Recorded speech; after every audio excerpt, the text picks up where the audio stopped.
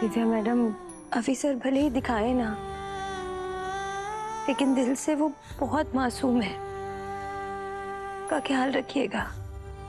वादा करती हूँ वसु, और हो सके तो मत जाओ।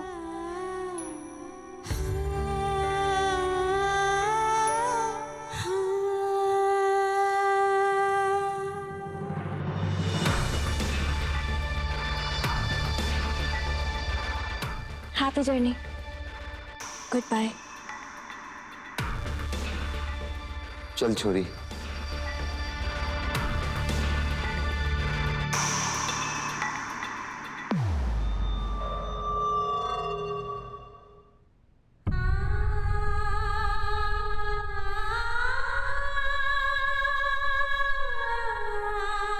चल छोरी, नहीं तो बस छूट जाएगी।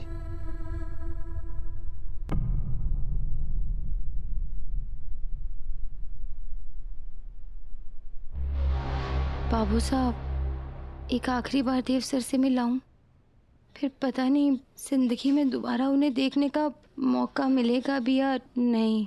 बस का टाइम हो गया है, चल।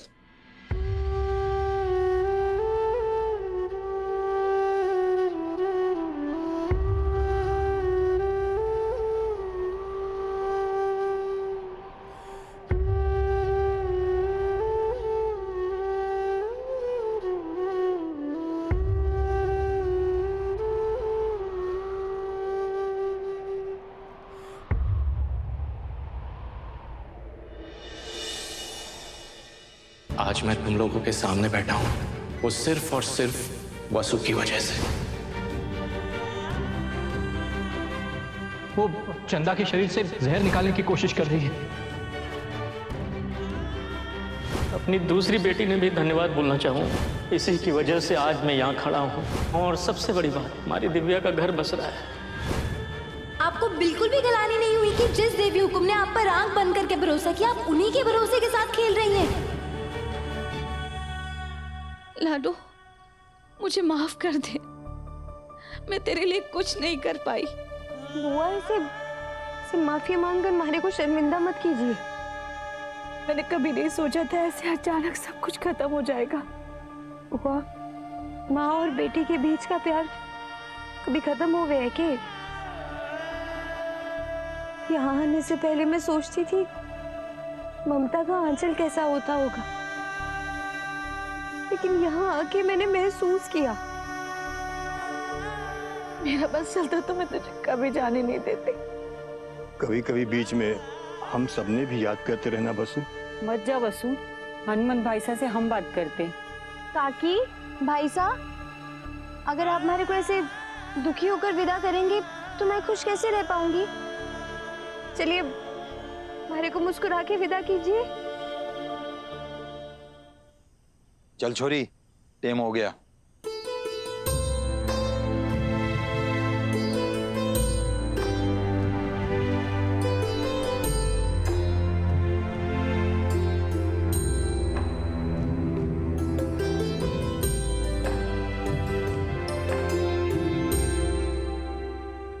अच्छा हुआ जो तुम खुद ही विदा हो रही हो, नहीं तो मुझे ही विदाई देनी पड़ती, और वो इतना दर्दनाक होता कि तुम मरकर भी भूल नहीं पाती। काश मैं दिखा पाती कि आज मैं कितनी खुश हूँ। वसुधा सोलंकी फ्रॉम मोगरा। अब कौन बचाएगा तुम्हारी देवी हुकुम और तुम्हारे देव सर को? काकू, एक मिनट।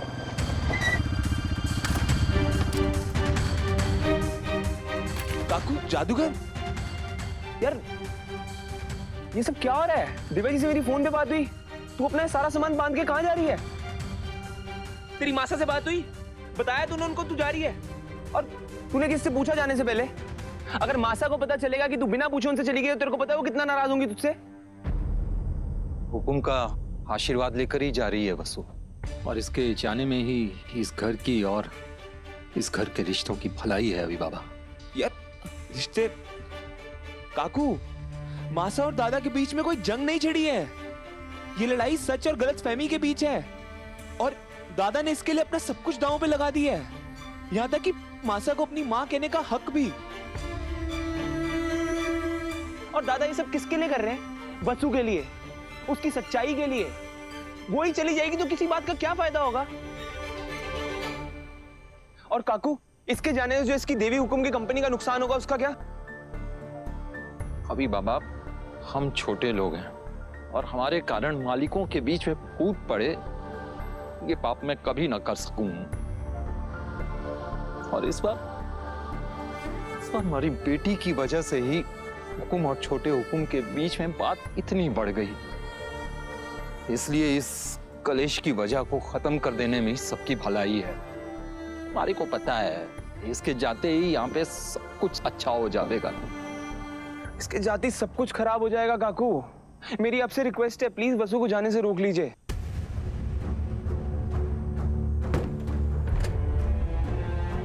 अभी बाबा, माना कि हम आपके नौकर हैं, लेकिन मैं इस छोरी का बाप भी तो हूं। तो इस छोरी का बाप होने के नाते मैं अपनी छोरी की जिंदगी का फैसला तो ले सकूं ना। हक है ना हमारे को। एक बाप के फैसले का मान रख लीजिए।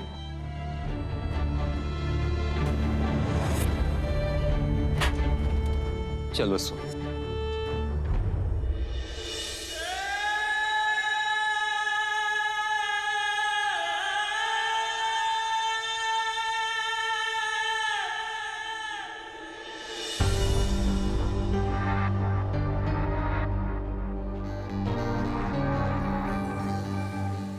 चंदा, मुझे पता है कि तुम वसु को अपने घर का सदस्य मानती हो, फिर तुमने उसे जाने का आशीर्वाद क्यों दिया? क्या तुम्हें वसु और देव की दोस्ती खटक रही है? सा, हमें देव और वसुधा की दोस्ती नहीं, उनका खिंचाव परेशान कर रहा है। कुछ ही दिनों में मेघा और देव की शादी होने वाली है, लेकिन देव अपनी होने वाली पत्नी से ज्यादा अपनी दोस्त की तरफदारी कर रहा है। यहाँ तक कि मेघा को झूठा ठहरा रहा है, और ऐसे में बात बिगड़ते देर नहीं लगती। और इसलिए कभी कभी हमें बहुत आगे का सोच विचार करके फैसला लेना पड़ता है। वैसे भी हमने वसुधा को जाने के लिए नहीं कहा, बस उसे जाने से रोका नहीं, क्योंकि हमें ये लगा कि इस वक्त के लिए यही सही है। क्या तुम्हें वसु पर भरोसा नहीं? सा, हमें वसुधा पर पूरा भरोसा है कि वो कभी भी देव के दिल में अपनी एक अलग जगह बनाने की कोशिश नहीं करेगी। लेकिन हम इस बात को नजरअंदाज नहीं कर सकते कि वसुधा के कारण देव का ध्यान अपनी चीजों से हटता जा रहा है। और इस बात की कोई वजह? कल मीटिंग छोड़कर देव वसुधा के पीछे पीछे मंदिर चला गया, और बार बार उसका वसु वसु करते रहना, सा, हमें ये सब अखड़ने लगा है। और हमें डर है कि देव की इन्हीं हरकतों की वजह से ऐसे हालात ना पैदा हो जाए जो ना देव और मेघा के रिश्ते के लिए सही हो और ना ही हमारी कंपनी के लिए। चंदा, एक तरफ तुम कह रही हो कि तुम्हें वसु पर भरोसा है, और दूसरी तरफ तुम चाहती हो कि वसु देव से दूर चली जाए। ये दोनों बातें एक साथ सच कैसे हो सकती है? सा, हम भी इस उम्र से गुजर चुके हैं, और हमें पता है कि इस उम्र में दोस्ती और प्यार के बीच एक बहुत ही नाजुक सी लकीर खींची होती है। वसुधा हमारे दोनों बेटों की दोस्त हो सकती है, हमारे घर में बेटी समान हो सकती है, लेकिन वो कभी भी इस घर की बहू नहीं हो सकती। इस घर की बहू मेघा है, और हमें इस बात का ध्यान रखना होगा कि मेघा का उसके ससुराल में उसका सम्मान बना रहे। और इसलिए हमें लगता है कि वसुधा का इस घर से चले जाने में ही सबकी भलाई है। और ये बात आप मत भूलिएगा कि जाने का फैसला वसुधा ने खुद लिया था। तुमने उसे रोका भी तो नहीं ना चंदा, और तुम भी ये बात अच्छी तरह से जानती हो चंदा कि अगर तुम उसे एक बार रुकने को कह देती तो वो तुम्हारी बात कभी नहीं ठुकराती। मुझे तो डर है कि कहीं वसु के जाने से देव डिस्टर्ब न हो जाए। और अगर तुम्हें ऐसा लगता है कि वसु देव और मेघा के बीच कभी आ सकती है, तो तुमने अभी तक वसु को जाना ही नहीं।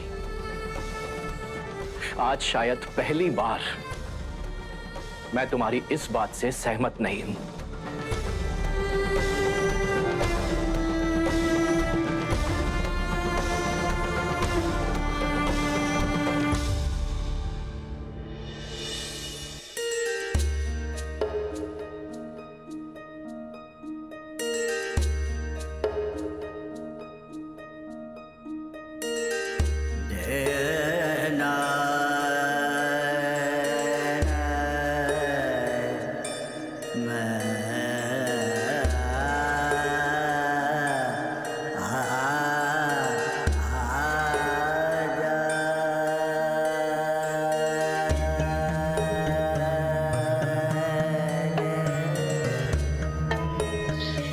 गई हमारे घर की रौनक।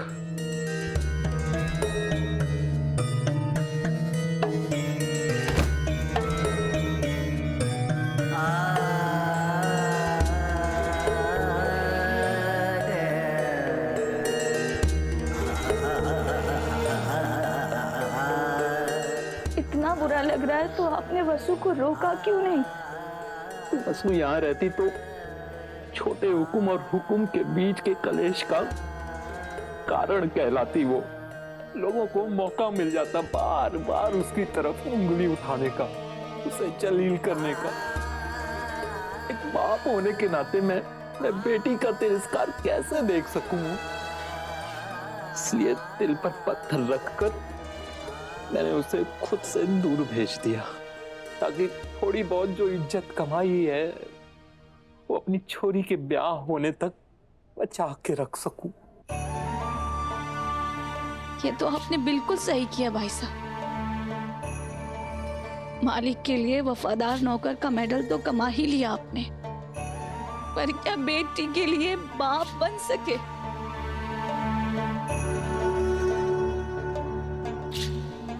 आज एक कर्मचारी की जीत हुई है, पर एक बाप हार गया। आप क्यों रो रहे हैं? जो करना था सो तो कर लिया आपने, अब सर उठा कर चलिए। गई आपकी मुसीबत।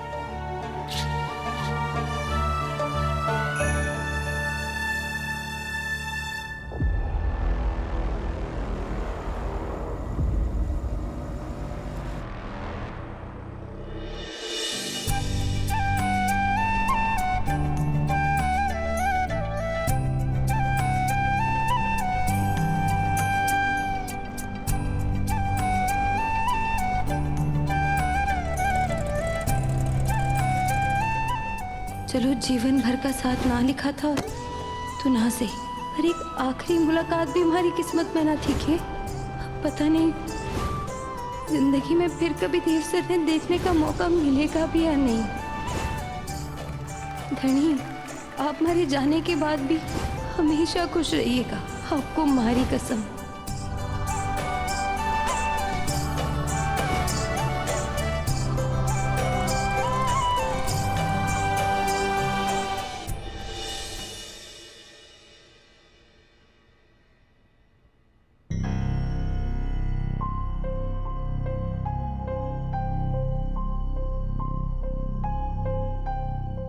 हाय मासी।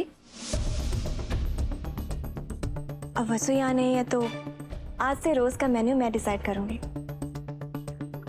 और आज मैं सबके लिए सूजी का हलवा बनाना चाहती हूँ, तो चलिए आप मेरी हेल्प कीजिए। वसुधा ने मुझे खुद ये सब बोला था कि उसे ये काम बिल्कुल नहीं करना। मैडम, पिछले कई महीनों से वसु ने पूरी रसोई को अपने हिसाब से जमा रखा था। कहाँ क्या रखा है ये सिर्फ वसु ही जानती थी। इसलिए मुझे आज और कल 2 दिन रसोई को वापस जमाने में और समझने में लगेगा, इसलिए कुछ एक्स्ट्रा नहीं हो पाएगा।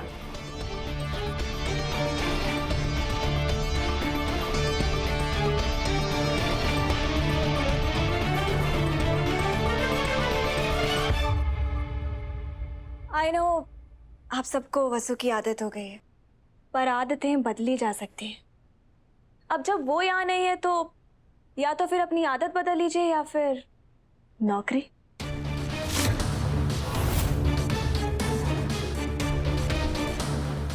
तो आप सबके पास आज का आधा दिन है, जो करना है, जो जमाना है, जो सेट करना है कर लीजिए, पर कल से वसुधा के नाम का बहाना ना हो तो बेहतर होगा। अब अगर वसु यहाँ नहीं है तो चौहान परिवार के लोग भूखे थोड़ी ना मरेंगे। तो आप सब अभी से किचन सेट करना शुरू कर दीजिए, जल्दी जल्दी चलिए, कम ऑन। वो कॉफी कहाँ रखी है ये आपको मालूम है या फिर ये भी वसुधा को ही पता है?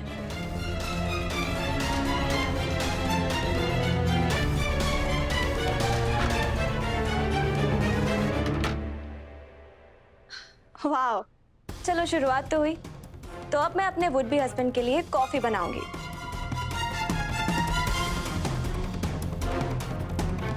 आप ऐसे रास्ते में खड़ी रहेंगी तो मैं लेट हो जाऊंगी, और मैं चाहती हूँ कि जब मेरे हस्बैंड अपनी आंखें खोले तो मुझे कॉफी के साथ अपने सामने खड़ा पाए। तो प्लीज आप साइड हट जाइए। Thank you.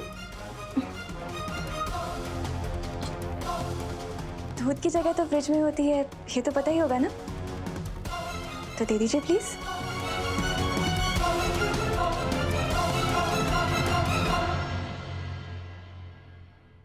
Good morning Dev.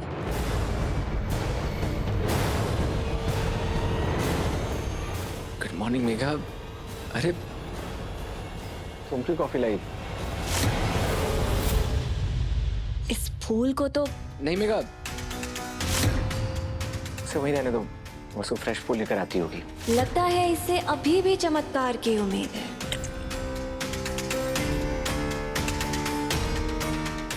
Dev, I know कि तुम्हें यकीन नहीं हो रहा होगा, पर कल रात तुम जल्दी सो गए थे और वसु तुम्हारे पीछे गांव वापस चले गए।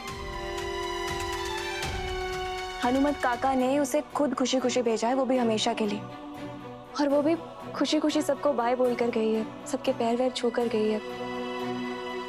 आई नो कि तुम्हें यकीन नहीं हो रहा कि तुम्हारी इतनी अच्छी दोस्त तुमसे बिना मिले चली गई, पर तो वो चली गई। तुम इतना मत सोचो, वो बस आती ही होगी।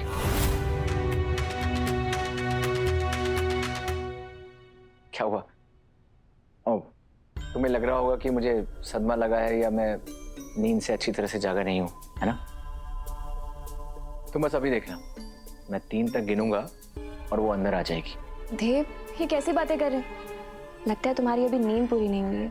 आप ही पता चल जाएगा। देखो, 3, 2 and 1।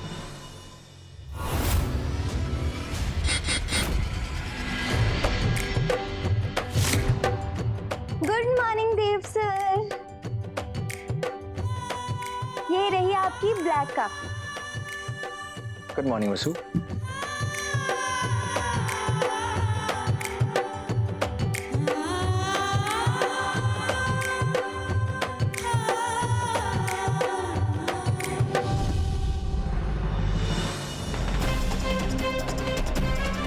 क्या हुआ? तुम क्यों सदमे में हो? देखो मेघा, वसु की इस घर में सांसें बसती हैं। वो इस घर को तीर्थ मानती है। वसु की जिंदगी और जिंदगी का मकसद हमारा ये घर और ये परिवार है। मुझे पता था मेघा, वसु कभी कहीं नहीं जाएगी।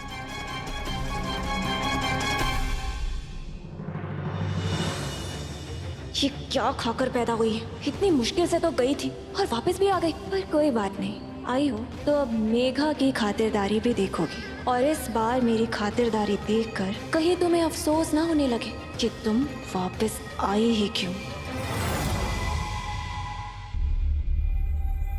सावित्री हमारी कॉफी लेकर अब तक क्यों नहीं आई? Good morning ma'am. Good morning Megha. क्या हुआ? तुम इतनी परेशान क्यों लग रही हो? वो मैम, वसुधा। वसुधा? क्या हुआ वसुधा को? वो वसुधा वापस आ गई है। क्या? खम्मा करनी देवी हुकुम। घनी खम्मा।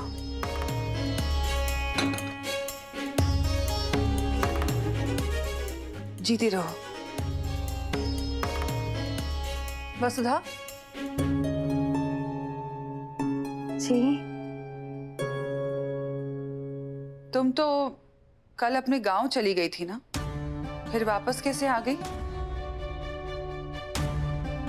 जी देवी हुकुम, मैं चली तो गई थी, पर फिर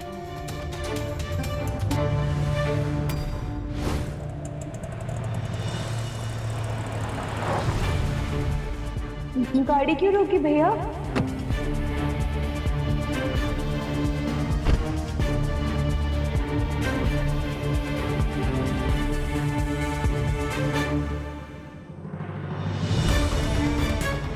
देव सर, आप यहाँ? कहाँ जा रही हो तुम? वो देव सर, मैं मोगरे ने गाँव। किसकी परमिशन से? वो मजाक समझा है क्या? बिना मुझे बताया, बिना मुझसे पूछे घर से निकल गई। 1 मिनट के लिए भी मेरे बारे में नहीं सोचा। मुझसे मिलकर जाना भी जरूरी नहीं लगा तुम्हें? वैसे क्या देख रही हो? जवाब दो। रिश्ता क्या है हमारा? कौन हूं मैं तुम्हारा? धोनी। क्या? जोर से बोलो। दोस्त है आप हमारे। झूठ बोल रही हो तुम। दोस्त ऐसा नहीं करते। दोस्त ऐसे अकेला छोड़कर नहीं जाते। क्या हो गया है तुम्हें? मैंने तुम्हें कितनी बार समझाया कि खुद को इतना अंडर एस्टिमेट मत किया करो। बहादुर लड़की हो तुम, मोगरे की शेरनी वसुधा सोलंकी, जो ना कभी गलत काम करती है और ना ही किसी से डरती है। और इस बार भी तुम्हारी कोई गलती नहीं थी वसु, तो फिर ऐसे मुंह छुपा के क्यों भाग रही हो? भाग नहीं रही हूँ देव सर, मैं तो अपने बाबू सा की बात मान रही हूँ। देवी हुकुम और आपके बीच दरार आ गई है। उनको लगे है कि इसकी वजह मैं हूँ। अगर मैं यहाँ से चली जाऊंगी तो सब ठीक हो जाएगा, इसलिए मैं जा रही हूँ। वसु, दुनिया की कोई ताकत मेरे और मासा के बीच दरार नहीं ला सकती। ये बस एक गलतफहमी है, और तुम्हारे जाने की वजह से ये गलतफहमी और बढ़ जाएगी। वसु, तुम्हारी वजह से चौहान परिवार हमेशा जुड़ा रहा है। तुम कभी हमारे बीच की दरार की वजह नहीं हो सकती।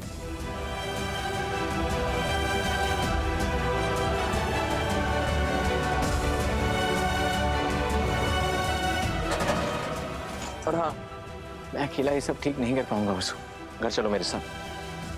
पर वो हमारे बाबू साहब। मैं बात कर लूंगा उनसे। अब चलो।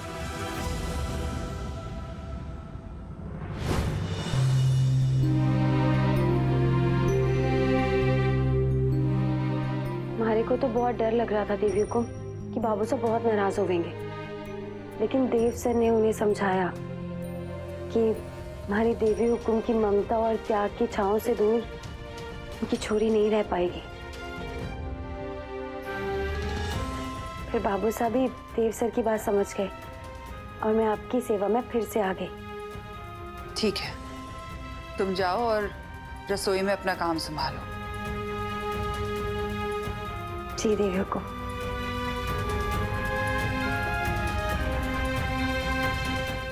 मुझे लगता था कि देव दुनिया में कुछ भी टाल सकता है, पर अपनी मासा की बात नहीं टाल सकता। और जब आपने वसुधा को वापस जाने के लिए कह दिया था तो वो उसे वापस कैसे ले आया? हमने वसुधा को कभी जाने के लिए नहीं कहा था। हाँ वही, पर हनुमान काका ने तो उसे कहा था ना, और आपने भी तो उसे नहीं रोका। तो कम से कम देव को आपकी भावनाएं तो समझनी चाहिए थी ना। मैम, पर प्लीज आपसे एक रिक्वेस्ट है। माना कि देव से गलती हुई है, लेकिन प्लीज आप उसे कुछ मत कहिएगा, नहीं तो वो अपसेट हो जाएगा। हम देव की मासा है, हमें उससे क्या कहना चाहिए और क्या नहीं, ये हमें अच्छे से पता है। तुम इसकी चिंता मत करो। तुम ये सब भूलकर अपनी नई जिम्मेदारी के बारे में सोचो। देव को लगता है कि तुम्हारे ब्रांड एम्बेसडर बनने से हमारी कंपनी को घाटा हो सकता है, लेकिन हमें पूरा यकीन है कि लोग तुम्हें दिल से स्वीकारेंगे। तुम्हें अब बस हमारा ये भरोसा कायम रखना है। पोस्ट वेडिंग एड शूट सिर पर है, तुम खूब मन लगाकर इसकी तैयारी करो, कोई कमी नहीं रहनी चाहिए। जी मैम, मैं अपना 100% दूंगी, कोई कमी नहीं रहेगी। यू डोंट वरी, मैं निकलती हूँ। हाँ,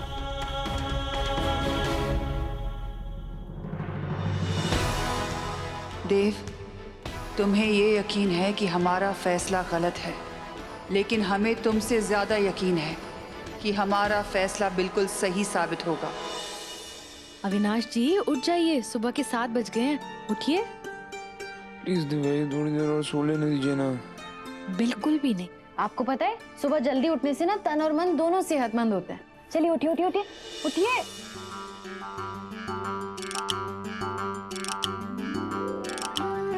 वसु, सुबह सुबह मजाक मत करो आप मेरे साथ। वसु तुम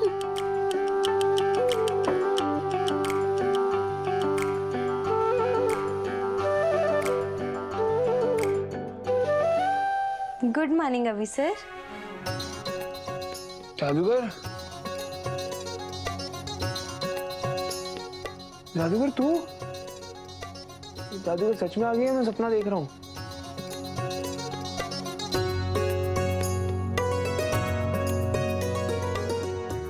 तुम तो चली गई थी ना, फिर वापस कैसे आई? दादा, दादा लेके आया ना तुझे? देव सर को आपने बताया ना कि मैं जा रही हूँ। ऑफ कोर्स मैं नहीं बोला।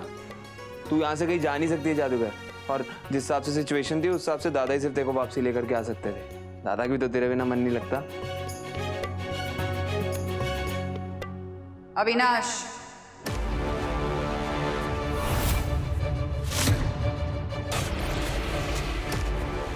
ये बेकार की बातें या हंसी मजाक करने का समय नहीं है, ये तैयारी करने का समय है। कल एड शूट बहुत ही शानदार होना चाहिए। चौहान परिवार की ताकत, रुतबा और हैसियत दिखनी चाहिए इस शूट में। पिछली बार जो गलती हुई थी, हम नहीं चाहते कि वो फिर दोहराई जाए, इसलिए इस एड शूट से जुड़ा सारा इंतजाम हम खुद देखेंगे। और हाँ, देवांश सिंह चौहान से भी पूछ लेना कि वो इस शूट में शामिल होगा या वहां भी सबके सामने खड़े होकर हमारा फिर से विरोध करेगा। देवांश सिंह चौहान अपनी ड्यूटी से ना कभी पीछे हटा है और ना कभी पीछे हटेगा। और ये तो बहुत खुशी की बात है कि इस एड शूट के सारे डिसीजंस हुकुम खुद ले रही हैं, तो फिर इसके रिजल्ट की जिम्मेदारी भी उनकी ही होगी। क्योंकि मुझे दिख रहा है कि उनका फैसला इस शूट के रिजल्ट पर बहुत बड़ा असर डालने वाला है। हमने हमेशा हमारे हर फैसले की जिम्मेदारी ली है और आगे भी लेंगे। इस घर में कोई भी इतना बड़ा भी नहीं हुआ है कि वो हमें हमारा काम सिखाए। और जहां तक शूट के रिजल्ट का सवाल है, तो जो भी होगा हम भुगतेंगे।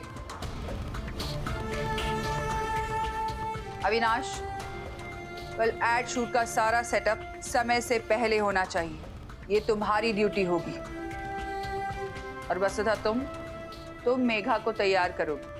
ध्यान रखना, मेघा सिर्फ इस एड में ही नहीं, चौहान परिवार की होने वाली बड़ी बहू है। उसका श्रृंगार ऐसे होना चाहिए कि लोग देखते रह जाएं, और ये तुम करोगी। हमें उम्मीद है कि हमें निराश नहीं होना पड़ेगा।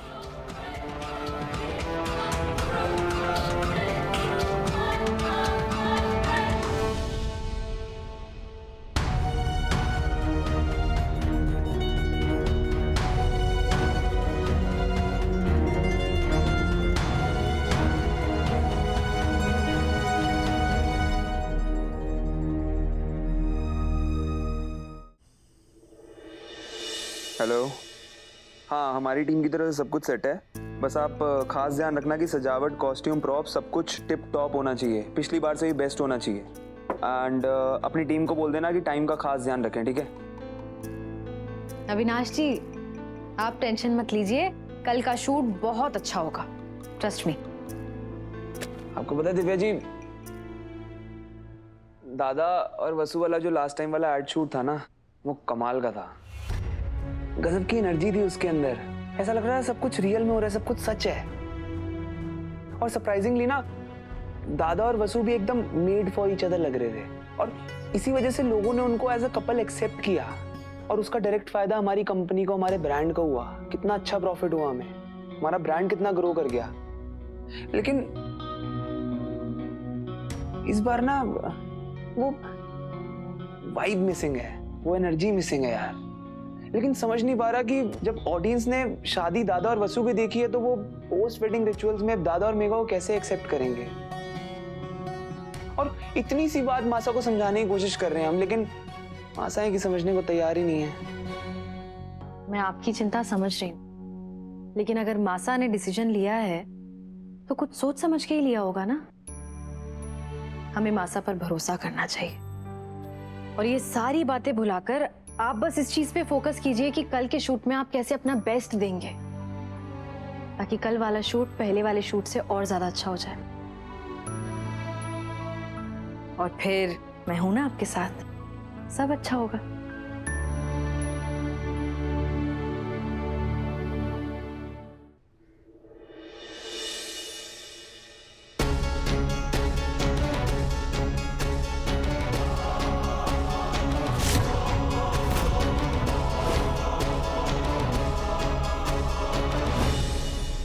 बेचारे वसुधा, कितना बुरा लग रहा होगा ना इसे कि उसकी जगह मैं यहाँ बैठी हूँ। चलो इसके जले पे थोड़ा और नमक छिड़कते हैं। अरे वसु, तुम उधर क्यों खड़े हो? ज्वेलरी पहनने में मेरी हेल्प करो ना प्लीज। इधर आओ, अरे आओ ना।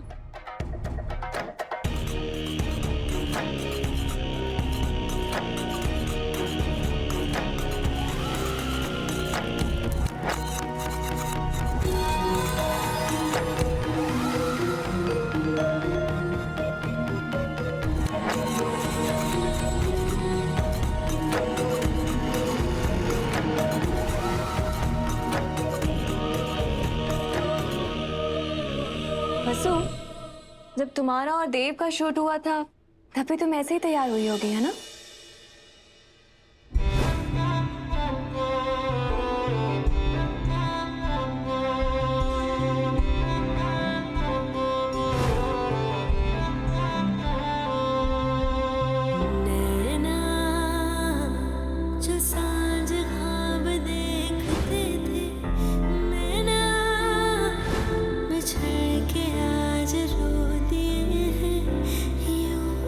हमारी बिंदी थोड़ी ऊपर है, मैं ठीक कर देता हूँ।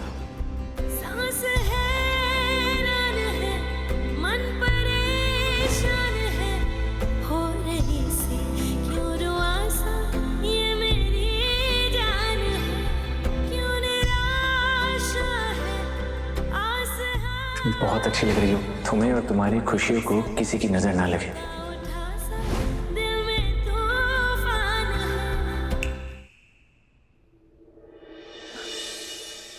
चंद्रिका मैम ने मुझे सजाने की जिम्मेदारी तुम्हें दी है। पता है क्यों? ताकि तुम मुझे ऐसा सजाओ कि देव की आंखें बस मुझ पर टिकी रह जाएं।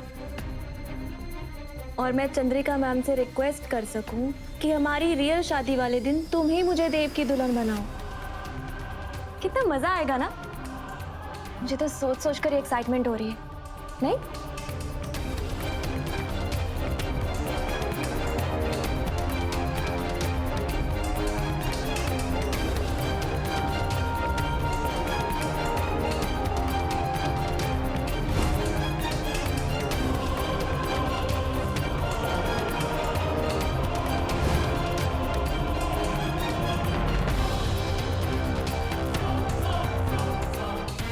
ये तो सुहाग की एक निशानी हुई ना, बाकी भी तो लगाओ।